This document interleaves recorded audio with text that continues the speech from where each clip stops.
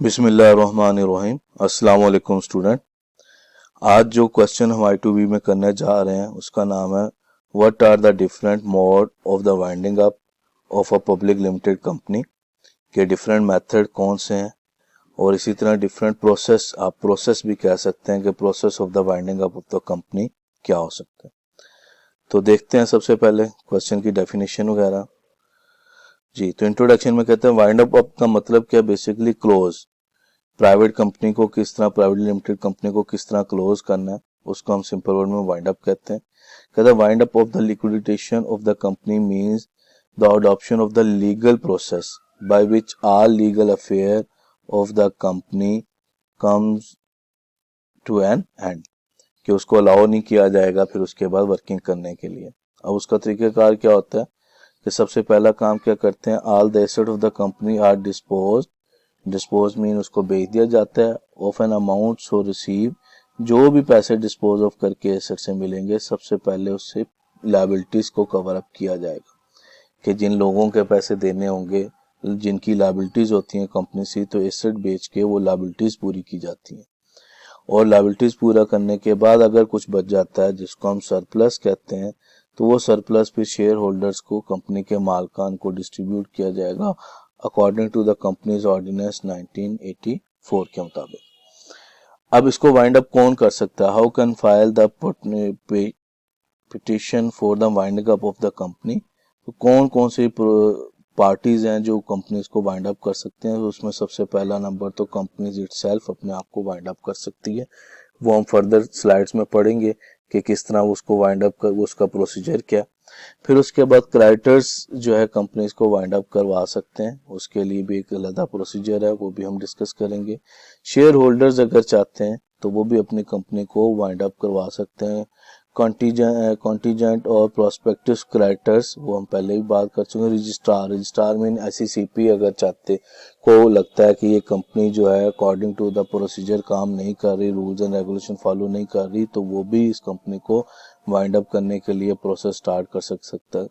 Liquidator mean जिस तरह company बनाने के लिए प्रमोटर्स हायर किए जाते हैं, तो इस टाइम कंपनी को वाइंड अप करने के लिए समटाइम लिक्विडेटर हायर किए जाते हैं। वो क्रेडिटर्स भी कर सकते हैं, वो शेयर होल्डर्स भी हायर कर सकते हैं, वो रजिस्ट्रार भी अपॉइंट कर सकता है, वो कोर्ट भी अपॉइंट कर सकते हैं।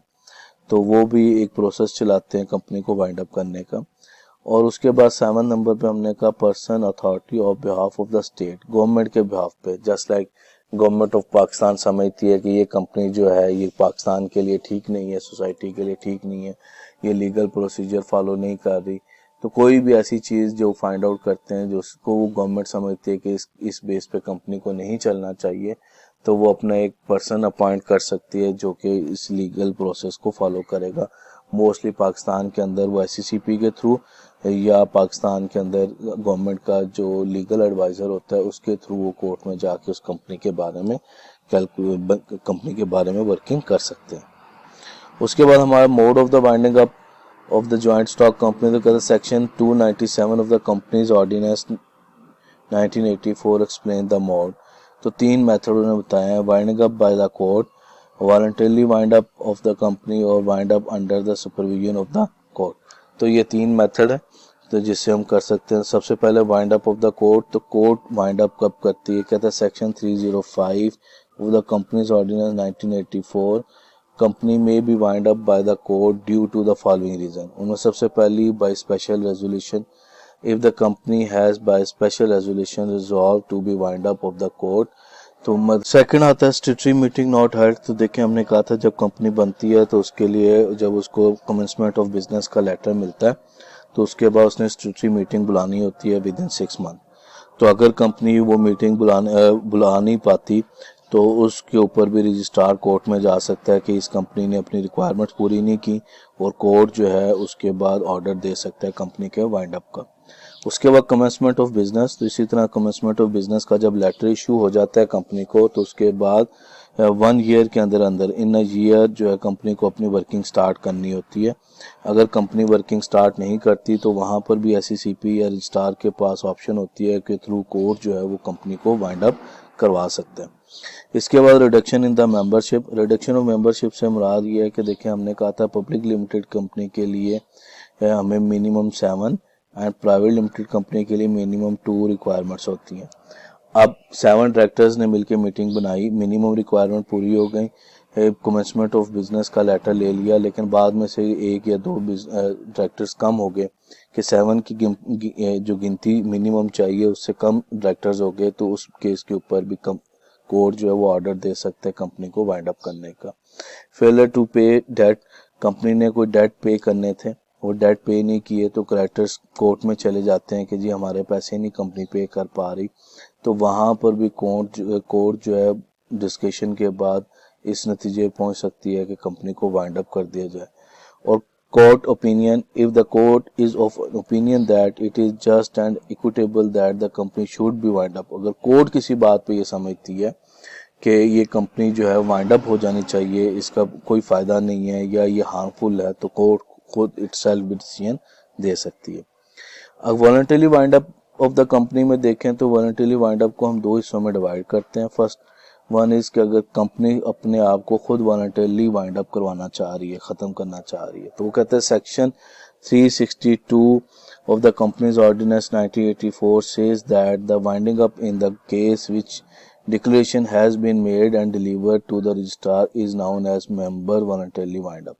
Following are the circumstances हो सकते हैं expiry of the period. Expiry of period से मुराद ये है कि अगर कंपनी एक आपने बनाई है और वो कंपनी बनी ही किसी खास टाइम पीरियड के लिए था, मतलब हमने कंपनी बनाई और हमने कहा कि ये नेक्स्ट 5 ईयर तक वर्किंग करेगी, तो आफ्टर द 5 ईयर वो कंपनी वाइंड अप हो जाएगी। तो एक्सपायरी पीरियड जब आएगा तो जो शेयर होल्डर्स होंगे वो एक रेजोल्यूशन पास करेंगे एनुअल जनरल मीटिंग में, और उसके तहत वो जाके रजिस्ट्रार को जमा करवाएंगे, तो कंपनी जो है वाइंड अप हो जाएगी। उसके बाद स्पेशल रेजोल्यूशन, एक्सपायरी पीरियड नहीं था, कंपनी ने खुद सोचा कि हम इसको वाइंड अप करना चाह रहे हैं, तो उसके लिए फिर उनको एक स्पेशल रेजोल्यूशन पास करनी पड़ेगी। उसके लिए ज़रूरी है कि 2/3 मेजोरिटी जो है वो चाहिए रेजोल्यूशन पास होने के लिए। अगर कंपनी के शेयर होल्डर्स मीटिंग कॉल करते हैं और 2/3 मेजोरिटी ये डिसाइड कर लेती है या वोट दे देती है कंपनी को वाइंड अप होना चाहिए, तो वो कंपनी वाइंड अप हो जाएगी। उसके बाद वो कहता है स्ट्रिक्टली डिक्लेरेशन, कहता है if the majority of the director of the company make the strictly declaration to the registrar, मतलब हमने कहा मिनिमम 7 डायरेक्टर हैं, अगर मेजोरिटी और 2/3 ऑफ द डायरेक्टर जो एप्लीकेशन दे देते हैं रजिस्ट्रार को कि हम कंपनी के जो डेट है वो पे नहीं कर पा रहे, तो हमें वाइंड अप कर दिया जाए, कंपनी को वाइंड अप कर दिया जाए, तो रजिस्ट्रार थ्रू कोर्ट जो है उसको वाइंड अप कर सकता है। अपॉइंटमेंट ऑफ द लिक्विडेटर, उसके लिए तरीकेकार क्या होता है कि डायरेक्टर एनुअल जनरल मीटिंग के अंदर शेयर होल्डर्स जो हैं वो एक लिक्विडेटर हायर कर सकते हैं, एक से ज़्यादा हो सकते हैं, जस्ट लाइक उसी तरह ये लिक्विडेटर्स होते हैं जिस तरह कंपनी बनाने के लिए प्रमोटर्स होते हैं। लिक्विडेटर हायर किए जा सकते हैं। लिक्विडेटर जब हायर कर लिए जाते हैं तो जितने भी डायरेक्टर्स के अथॉरिटीज़ होती हैं और मैनेजमेंट की अथॉरिटीज़ होती हैं वो लिक्विडेटर्स को मिल जाती हैं, उनकी सैलरी डिसाइड की जाती है लिक्विडेटर की, और उसका और लिक्विडेटर हायर करने के 10 दिन के अंदर अंदर रजिस्ट्रार को भी SECP में रजिस्ट्रार को भी आपको लेटर से नोटिस देना पड़ता है कि हमने फलान लिक्विडेटर जो है अपॉइंट किया, और लिक्विडेटर फिर कंपनी को लिक्विडेट करने के लिए वर्किंग करता है। उसका तरीक़ेकार हमने कहा था कि वो सबसे पहले उसके एसेट्स की और लायबिलिटीज़ की लिस्ट बनाएगा, एसेट बेच के वो सबसे पहले लायबिलिटीज़ को जो आउटसाइड लायबिलिटीज़ होती हैं वो फुलफिल करता है, और अगर कुछ सरप्लस बचेगा तो फिर वो शेयर होल्डर्स के दरमियान में डिस्ट्रीब्यूट होंगे। उसके बाद फाइनल मीटिंग और डिस्क्लोजर, फाइनल मीटिंग से मुराद है कि जब कहते हैं section 370 of the companies ordinance 1984 says that if the wind up continues for the more than 1 year तो liquidator shall call the general meeting, general meeting call करेगा शेयर होल्डर्स की और उनको सारे फुल अकाउंट्स कंपनी के पिछले साल के, जिसमें एसेट्स की लिस्ट होगी, लायबिलिटीज की लिस्ट होगी, कितनी की उसने वाइंड अप कर दी, क्या रहता है रजिस्टर विद वो चेक कराएगा, और विद इन 1 वीक जो वो रजिस्ट्रार के ऑफिस में भी जमा करवानी पड़ेगी उसकी copy. The company shall be disclose on the expiration of the 3 month of the receipt of the copy of the account and other relevant document from the liquidator, and its name is struck off from the registrar of the joint stock company। तो 3 महीनों के अंदर अंदर जो liquidator ने report दी है उसको देखते हुए एनुअल जनरल मीटिंग के अंदर शेयर होल्डर ने डिसीजन करना है, और डिसीजन के बाद 3 महीने के अंदर अंदर रजिस्ट्रार की लिस्ट में से उस कंपनी का नाम ख़त्म हो जाता है। उसके बाद सेकंड जो मेथड यूज़ किया जाता है मोस्टली, दैट इज़ अगर क्रेडिटर्स वॉलंटरली वाइंड अप करवाना चाहते हैं। अब उसके लिए क्या है, डिक्लेरेशन ऑफ द सॉल्वेंसी है कि अगर क्रेडिटर्स कलेक्टिवली एक रेजोल्यूशन पास कर देते हैं कि ये कंपनी जो है हमारे पैसे नहीं दे पा रही, तो और वो जाके एक नोटिफिकेशन या एक लेटर रजिस्ट्रार को दे देते हैं, तो रजिस्ट्रार जो है वो कंपनी वाइंड अप का प्रोसेस स्टार्ट कर सकता है। तो पढ़ते हैं declaration of the solvency in case of the creditors voluntarily wind up of the company, the declaration of the solvency is neither made not delivered to the registrar. Meeting of the creditor, तो in such case the company must call the meeting of its creditors for the day or the day next following the day fixed for the company general meeting for the passing the resolution of for wind up। तो उनको बताया जा सकता है, लेकिन सबसे पहला तरीका का कार तो यही होता है, कंपनी मीटिंग कॉल करती है क्रेडिटर्स की और उनको जस्टिफाई करने की कोशिश करती है कि जी हम आपका लोन जो है या आपका डेट जो है इस तरह उतार देंगे। अगर क्रेडिटर सेटिस्फाई हो जाते हैं तो ठीक है, अदरवाइज फिर वो वाइंडिंग अप का प्रोसेस स्टार्ट हो जाता है। स्पेशल रेजोल्यूशन है the company has to call general meeting of the share holder and pass the special resolution for wind up. कि कंपनी उसमें यही इशू, डायरेक्टर्स यही एक केस उठाते हैं कि जी क्रेडिटर्स ने एप्लीकेशन जमा करवाई है, हम उनका डेट पास नहीं कर पा रहे, तो आप रेजोल्यूशन पास कर दें।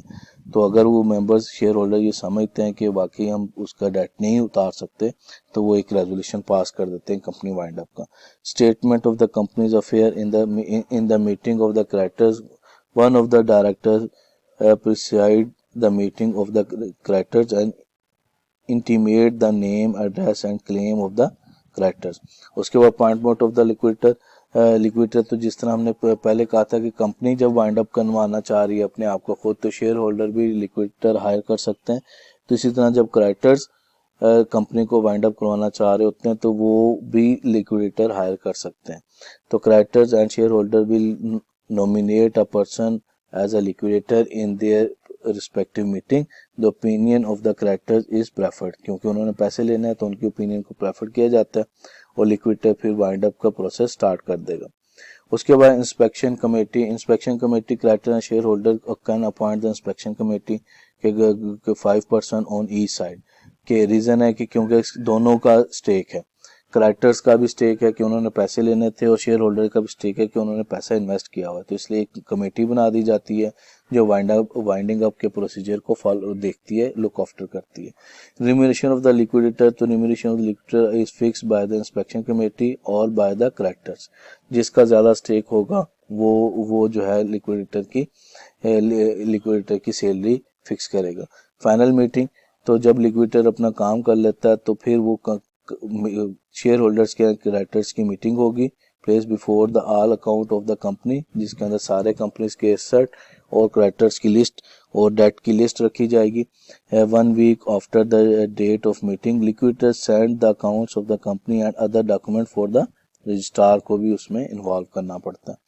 उसके बाद हमारे पास wind up under the supervision of the court, तो कहते हैं section 396 of the companies ordinance 1984 says that voluntary wind up of the company can also be carried under the strict supervision of the court। देखिए company को wind up करने का कोई भी procedure है, कोई भी मेथड यूज कर लें, वो थ्रू कोर्ट ही होना है। Rules of the wind up और नॉट कंप्लीटली और द स्ट्रिक्टली फॉलो। कंपनी जो है उसको लुक आफ्टर करती है कि देखती है कि काम ठीक हो रहा है। Liquidator act in the particular manner से मुराद है ये ना हो कि वो क्रेडिटर्स की तरफ उसका झुकाव है या वो शेयर होल्डर्स की तरफ है, तो इस कोर्ट ने ये देखना होता है कि वो अपना काम ठीक कर रहा है। Resolution of the wind up of the absent by fraud, मतलब ये तो नहीं है कि गलती से शेयर होल्डर से जो है वो वाइंड अप के वोट लिया हुआ है, प्रोसीजर ठीक फॉलो हुआ है। The liquidator is not taking keen interest in the wind up of the procedure, उसका कोई अपना इंटरेस्ट ना हो वाइंड अप करने का प्रोसीजर का। और कंक्लूजन क्या है, द कंपनी में be wind up under any of the mode discussed above, however the rules have to follow for the winding up of the company। कोई भी मेथड यूज कर ले तो थ्रू कोर्ट ही कंपनी ने wind up होना है। Last जो order होगा वो कोर्ट का माना जाता है। जज़ाकल्लाह, अल्लाह हाफिज़।